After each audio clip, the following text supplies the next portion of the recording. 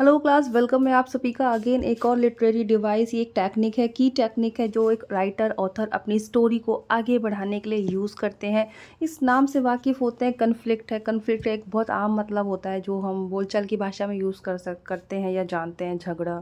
ठीक है, पर यहाँ पे इसमें संघर्ष लिखा है। एक नरेटिव वर्ड भी इसके साथ लिखा है क्योंकि ये नरेटिव है। नरेटिव मतलब स्टोरी जिससे कि आगे बढ़ेगी। ठीक है, तो अगेन मैं आप लोगों को ये हेल्प के लिए इतना बता देना चाहती हूँ, जब इस तरह के वर्ड्स आते हैं और आपको उसका मीनिंग पता है, जबकि आपने as a English literature term उसको नहीं पढ़ा है। लिटरेरी टर्म में क्या इसका कुछ अलग मीनिंग होगा? ओ माय गॉड, नहीं। अगर आपने नॉर्मल इसका मतलब जाना है कि कन्फ्लिक्ट का मतलब होता है कुछ चैलेंजेस आ गए, कुछ है ना, तो वही आप इसमें मतलब एक होता है, अंदाजे से भी अपने आंसर लगा सकते हैं। चलिए फिर भी हम जान लेते हैं ये कन्फ्लिक्ट क्या है। जी हाँ, ये एक की टेक्निक है, लिटरेरी डिवाइस है। इससे क्वेश्चन आ सकते हैं। स्टोरी राइटिंग में ऑथर इसको यूज़ करते हैं। कैसे, क्या टाइप्स होते हैं, इसको डायग्राम में मैं समझाऊंगी। स्टोरी का जो एक डायग्राम होता है उसमें ये कहाँ एग्जिस्ट करता है और पहचाने कैसे कन्फ्लिक्ट को स्टोरी में, ये भी हमारे आज के इस आंसर में आपको इस लेसन में मिलेगा। तो पहला पॉइंट है कि एक एक्टिव डिसएग्रीमेंट होता है between people with opposing opinion और प्रिंसिपल्स। ठीक है, अभी आपको ध्यान में अपने रखना है प्रोटोगोनिस्ट को। प्रोटोगोनिस्ट यानी कि मेन कैरेक्टर, मेल या फीमेल वो कोई भी हो सकता है। तो उसका जो है ना एक डिसएग्रीमेंट चलेगा, है ना। लोगों के साथ अपोजिट ओपिनियंस हैं, अपोजिट सिद्धांत हैं, टकरा रहे हैं, एक दूसरे के विचार नहीं मिल रहे हैं, दैट इज़। लेकिन अब पूरी स्टोरी में ये कन्फ्लिक्ट कहाँ पाया जाएगा, है ना। एक है या एक से ज़्यादा भी हो सकते हैं ये सब, लेकिन मेन तो ये है कि हाँ भाई कुछ अपोजिंग ओपिनियंस हैं। एक तो ये हो गया कन्फ्लिक्ट। अब लिटरेचर में क्या होता है, conflict in literature refers to the different drives of the characters और फाउंड इन और फोर्स्ड इन्वॉल्व्ड। ठीक है, डिफरेंट ड्राइव्स।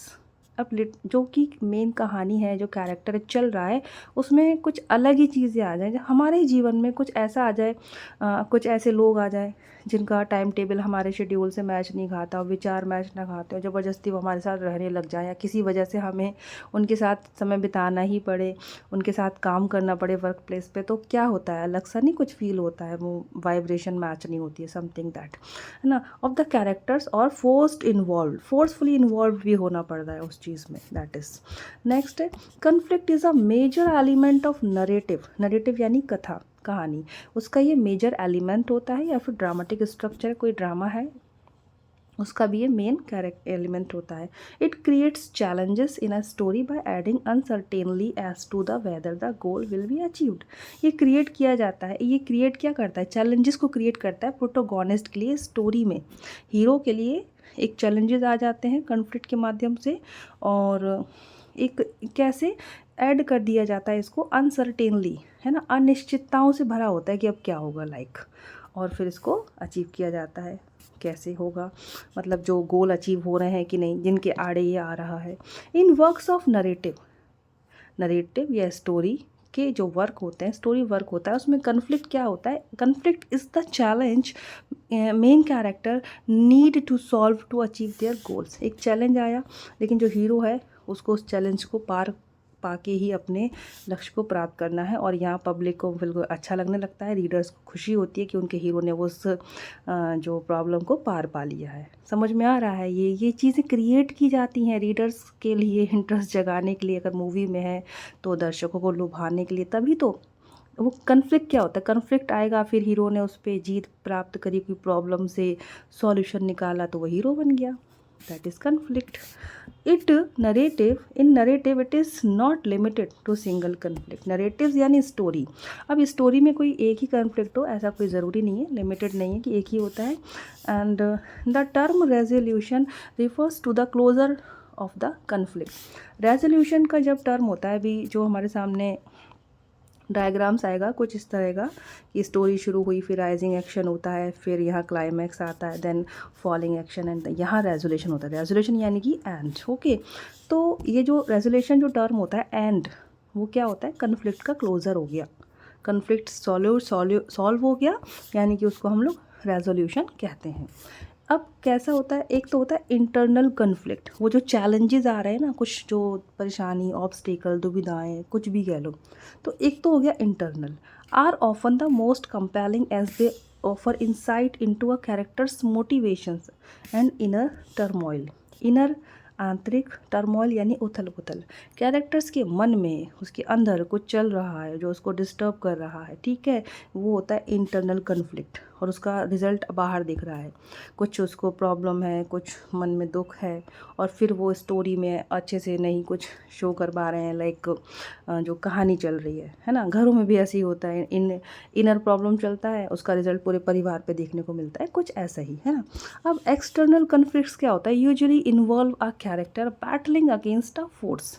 मतलब इसमें जो कैरेक्टर है, जो मेन कैरेक्टर है, हीरो है, वो बैटलिंग मतलब युद्ध में है, एक तरह से जूझ रहा है, ठीक है, एक ताकत के अगेंस्ट, एक पावर के अगेंस्ट वो जूझ रहा है, और वो बिना फालतू में जो बाहर हैं कुछ चीज़ें, उससे वो बैटल कर रहा है, सच एज अनदर पर्सन या नेचर इटसेल्फ। अब वो जो मेन कैरेक्टर है, उसका जो कन्फ्लिक्ट चल रहा है किसी दूसरे पर्सन से चल सकता है, या नेचर से चल सकता है, परिस्थितियों से चल सकता है, किन किन से चलेगा वो टाइप्स में आएगा, अभी हम देखते हैं, है ना। अब ये 7 टाइप्स हो गए आपके, कि कन्फ्लिक्ट्स कहाँ कहाँ कितने आपके चलते हैं, देखते हैं। 7 टाइप्स होते हैं, 2 तो आपके इंटरनल में आएंगे और 5 आपके एक्सटर्नल में आएंगे। इंटरनल कन्फ्लिक्ट्स होता है कि एक जो मैन यानी कि जो मेन कैरेक्टर है, ठीक है, तो ये मेन कैरेक्टर है। अब वो जो मेन कैरेक्टर का खुद से हो रहा है कन्फ्लिक्ट, या फिर उसके भाग्य से हो रहा है कन्फ्लिक्ट्स, यानी जो चैलेंज आ रहा है भाग्य की ओर से आ रहा है, खुद से ही अंदर तकलीफ पेन चल रहा है, सोसाइटी से, ठीक है, उसका जो एक चल रहा है जिसको हम झगड़ा भी कह सकते हैं, संघर्ष चल रहा है, नेचर के साथ चल रहा है, सब कुछ बढ़िया चल रहा है, मूवी में बाढ़ दिखा देते हैं, लो भाई तो कन्फ्लिक्ट शुरू हो गया। अब हीरो ने शुरू करा मशक्क़त उससे पार पाने का और सबको बचाने का, like that. Man versus man, ये सबसे कॉमन होता है, विलन आ जाते हैं, लाइक मैन वर्सेस टेक्नोलॉजी, है ना, रोबोट मूवी जो हम देखे हैं, man versus super natural power जो भूतों वाली मूवी होती है, तो उनसे बढ़ के आगे जाना होता है मेन हीरो को। तो ये सब कन्फ्लिक्ट्स क्या होते हैं, वो चैलेंजेस होते हैं जो मेन हीरो के सामने आ जाते हैं विलन के रूप में, किसी प्रॉब्लम के रूप में, सोसाइटी, समाज एंड ऑल दैट। आप मूवीज़ तब देखा करो ना, तब इन सारी डिवाइसेस को जो पढ़ाई जा रही हैं उनको वहाँ पर मतलब अप्लाई करो कि ये अच्छा ये चीज़ है। हम जो फिगर ऑफ स्पीच पढ़ते हैं, बिल्कुल आप गाने जब सुनते हो ना, तो उसमें ढूंढो फिगर ऑफ स्पीच मिलेगी आपको, 100% मिलेगी। मैं तो ऐसे ही करती हूँ। तो ये टाइप्स हो गए आपके। कन्फ्लिक्ट्स मतलब जो चैलेंज आता है हीरो की लाइफ में, फिर वो उसी चैलेंज को पार करके जब वो पार कर लेता है तो वो सच में हीरो बन जाता है पब्लिक की नज़र में, ठीक है। अब देखिए कन्फ्लिक्ट्स स्टोरी का ये हमारे पास एक डायग्राम है, स्टोरी कह लो, ड्रामा का, कि कैसे बढ़ती है कहानी आगे। तो सबसे पहले होता है एक्सपोजिशन, यानी कि ये हो गई बिगिनिंग, स्टार्ट हो गई कहानी, फिर यहाँ से कहानी आगे बढ़ रही है, तो इसको कहते हैं राइजिंग एक्शन, और यहीं पर ही कन्फ्लिक्ट आता है। कहानी में कन्फ्लिक्ट कहाँ आता है, यहाँ आता है नहीं, लास्ट में आता है नो, स्टार्टिंग में आता है नहीं। एक्सपोजिशन और क्लाइमैक्स के बीच में राइजिंग एक्शन जब चल रहा होता है, वहाँ आपको कन्फ्लिक्ट देखने को मिलेगा। तब ये कन्फ्लिक्ट बढ़ता जाता है, तभी तो क्लाइमैक्स आता है, फिर हीरो उससे पार पाता है उस मुसीबत से, और फिर स्टोरी लास्ट की ओर बढ़ती है। ये एक स्टोरी के पार्ट्स होते हैं, ये आपको 100% पता होना चाहिए। स्टार्टिंग, ये एंड होता है, इनके अपने नाम हैं, बस और कुछ खास नहीं है। और उसके बाद और क्या होता है कन्फ्लिक्ट्स के point. Conflict is a fundamental element of a literature या स्टोरी, ठीक है। अब ये नहीं होगा तो फिर कहानी आगे कैसे पड़ेगी, समझ सकते हैं आप।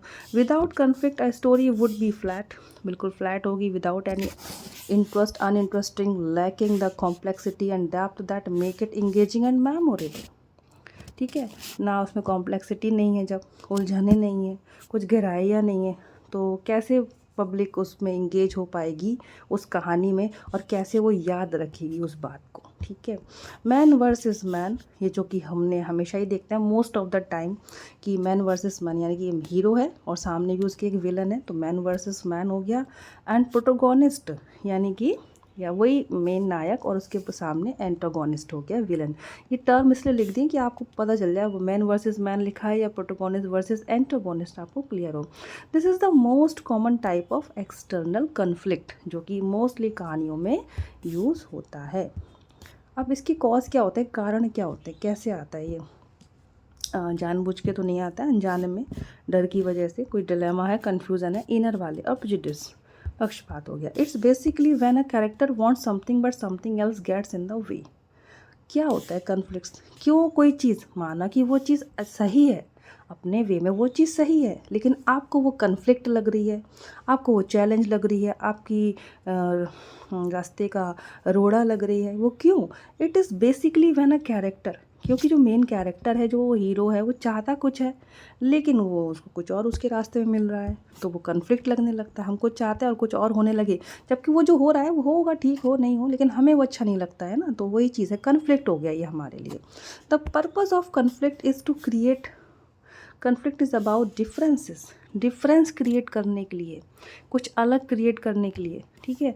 Difference in how we see things, किस तरह से हम चीज़ों को देखते हैं, कैसा डिफरेंस भाई, कैसा कुछ अलग, कि हम कैसे चीज़ों को देखते हैं, बिटवीन व्हाट वी वांट, कि हमें क्या चाहिए, and what we are experiencing, लेकिन हम अभी हमें मिल क्या रहा है और हम क्या एक्सपीरियंस कर रहे हैं। इनके बीच जो डिफरेंस आता है, हमें जो चाहिए जो वो तो नहीं मिला, कुछ और मिल गया, उनके बीच जो डिफरेंस है, तो वहाँ से कन्फ्लिक्ट पैदा होता है। वो हमें अच्छा नहीं लगता ऑब्वियसली, तो अच्छा भी नहीं लगता है, तो मन खराब, तो सब कुछ खराब। How to identify conflict in a story, कैसे पहचानेंगे, मैंने शुरू में बताया था कि ये बताना है। तो आस्क योर सेल्फ, आप जब स्टोरी देख रहे हैं तो आप पूछें खुद से कि what is the main characters biggest challenge पूरी कहानी में, ठीक है। आपने पूरी कहानी पढ़ ली, देख ली, मूवी देख ली, उसमें सबसे बड़ी प्रॉब्लम, मुसीबत क्या आई है कैरेक्टर के सामने, बस वही उसका स्टोरी का कन्फ्लिक्ट है, पहचानने के लिए बताया गया है। And it is a key technique that writer use in literature to move their story forwards, इसी को यूज़ करते हैं राइटर ऑथर अपनी स्टोरी को आगे बढ़ाने के लिए। बहुत ईजी, आसान सा रहा, जो एक चैलेंज आता है भाई। आपने कभी सिंपल सी कहानी देखी है कि भाई कहानी शुरू हुई, सब मिल गए, रह रहे हैं, और लास्ट में सब ऐसी ख़त्म हुई मूवी? नहीं ना, कुछ तो होता ही है, वो जो कुछ होता है ना वही कन्फ्लिक्ट होता है। आई होप आपको ये अच्छे से समझ में आ गया होगा। Thank you so much students, और आप लोग बहुत ही सिंसियर हैं जो अच्छे से स्टडी कर रहे हैं, लगे हुए हैं, और आई विश, मैं प्रे करती हूँ आप सबके लिए कि आपको 100% सिलेक्शन मिले आपकी जॉब के लिए। Thank you so much for watching this lesson. खुश रहें, पॉजिटिव रहें, जय हिंद।